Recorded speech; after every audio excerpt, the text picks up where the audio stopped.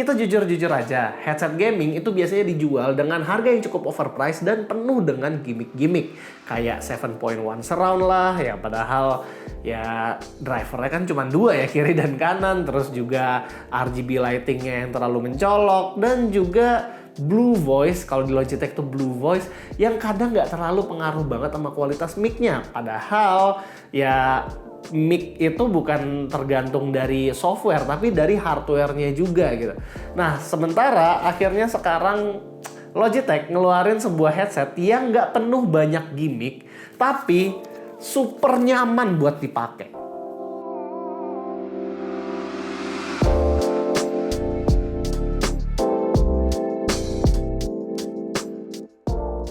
Dan karena ini adalah headset budgetnya Logitech, jadi unboxing experience-nya pun nggak sepremium itu.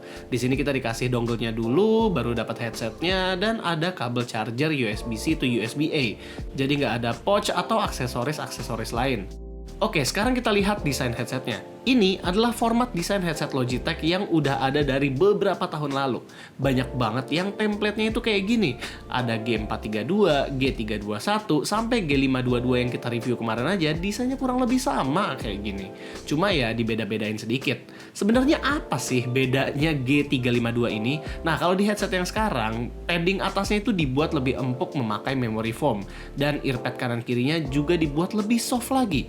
Beratnya tuh cuma 212 gram aja dan clamping force-nya itu ringan abis. Udah beberapa headset Logitech terakhir itu dibuat seringan dan seenteng mungkin biar dia nggak menjepit dan PW dipakai gaming session yang lama. Gue suka banget sih dengan headset yang clamping force-nya nggak menjepit karena dia itu cocok buat orang yang berkacamata. Mikrofonnya bukan yang ada boomnya, jadi dia tersembunyi di ear cup kirinya aja. Dan kualitasnya bisa ketara ya, karena ini kan cuman mikrofon yang tersembunyi di dalam ear cup kiri. Jadi ya kualitas suaranya masih seperti ini, tidak ada fitur blue voice-an. Dan karena ini omnidirectional pick, jadi dia masih bisa pick up suara keyboard pas lagi ngomong sambil ngetik. Tapi untungnya dia ini ada noise reduction, jadi bisa dinyalain noise reductionnya. Jadi kalau misalnya pakai noise reduction sambil ngetik kayak gini. Headset ini sendiri memakai bahan plastik yang fleksibel banget. Memang ear cup-nya nggak bisa dimiringin, tapi ya ini bahannya pipih banget sampai concern gue ke build quality-nya. Di belakang ear cup kiri itu ada power switch, Bluetooth mode on off, dan volume button yang bisa diatur-atur. Memang ini bukan dial alias nggak sepremium itu, tapi ya oke lah, headsetnya nyaman. Nah, selama gue pakai headset ini, mungkin karena klaim 7.1-nya itu nggak ada, jadi ya gue nggak punya ekspektasi lebih sama headset ini, dan oke-oke aja gitu kalau menurut gue. Kalau headset gaming lain itu biasanya bass boosted karena ingin mengejar detail, headset ini lebih fokus dengan mid-nya. Drivernya sih hanya berukuran 32 mm aja ya di setiap ear cup, namun udah bisa ngasih suara yang cukup punchy dan kuat. Gue sih cukup PW di sekitar volume 50-70%. Kalian bisa ganti-ganti juga equalizer-nya di Logitech G Hub. Defaultnya itu bassnya kering banget, jadi kalau gue dengerin lagu, gue suka bikin jadi bass boost atau dibikin V-shape secara custom. Gak lupa kalau headset Logitech ini pastinya bisa dibikin profil equalizer dedicated per game juga, walaupun sayangnya game di Xbox Game Pass itu masih tidak ada di pilihan game listnya. Dan kalau dipakai main game horror ya immersifnya ini ada, tapi terasa ya bedanya kalau dibanding sama headset G Pro X2 yang jadi daily driver gue.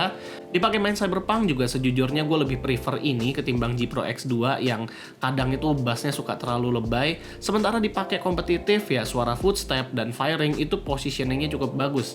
Dan karena ini juga udah light speed, gue udah nggak denger adanya delay, tapi ya gue juga jarang sih main kompetitif. Sementara kalau Bluetooth-nya, delay-nya juga nggak tahu kenapa nggak kerasa banget di game AAA, mungkin karena udah 5.4 atau karena gue juga nggak terlalu main kompetitif.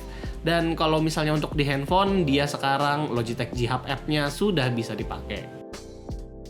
Jadi format desain headsetnya Logitech yang dibikin senyaman dan seringan mungkin untuk user itu kan udah cukup banyak ya. Apalagi kita terakhir nge-review itu ya G522 yang bahkan mikrofonnya bisa dipakai buat dubbing itu. Nah cuman kalau G522 itu diadu sama G325 ini, G325 ini lebih nyaman daripada G522 itu karena padding atasnya pakai memory foam. Jadi pas dipakai itu bener-bener kayak ngejepit banget dan susah buat jatuh. Dan atasnya itu juga enak, jadi kita nggak kerasa kayak pakai headset gaming gitu.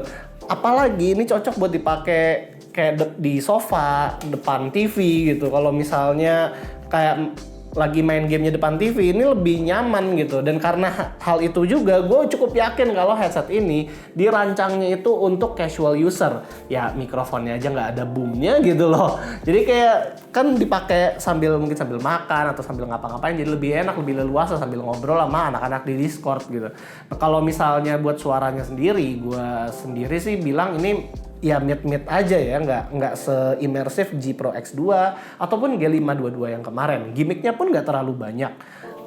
Kalau misalnya harganya di 1,8 buat casual user, jujur menurut gue sih agak kemahalan ya. Apalagi ya di Indonesia ini kan udah banyak tuh kayak ODM yang suaranya juga nggak jelek-jelek banget sekarang. Terus juga di harga setara sekarang ada SteelSeries Arctis Nova 3, terus juga ada HyperX Cloud Stinger 2. Jadi ya untuk casual user mungkin agak sulit ya di harga segini. Kalau di 1,5an ke bawah mungkin masih oke. Tapi kalau gue sendiri, gue akan memakai headset ini untuk jadi daily driver gue. Karena apa? Karena gue suka dengan ringannya, nyamannya, dan juga bahannya kayaknya sih lebih longevity-nya sih lebih oke. Karena dia tuh didominasi sama plastik dan juga busa yang kalau misalnya kayak headset kita yang kemarin itu suka pakai kulit-kulitan, pakai karet-karetan, itu pada ngelupas semua. Padahal headset gaming mahal semua itu. Hardware-nya masih oke, tapi ya bahannya udah pada ngelupas gitu. Nah, kalau misalnya yang sebelumnya gue sebenarnya pakai Logitech Zone 5 100. Ini ya sama, dia karetnya juga minim dan sampai sekarang masih awet. Ya cuman kualitas suaranya dia nggak terlalu bagus karena ya bukan Logitech G series kan, jadi akan gue ganti dengan G325 ini. Nah, kalau menurut kalian sebenarnya budget yang pantas untuk sebuah gaming headset itu berapa sih?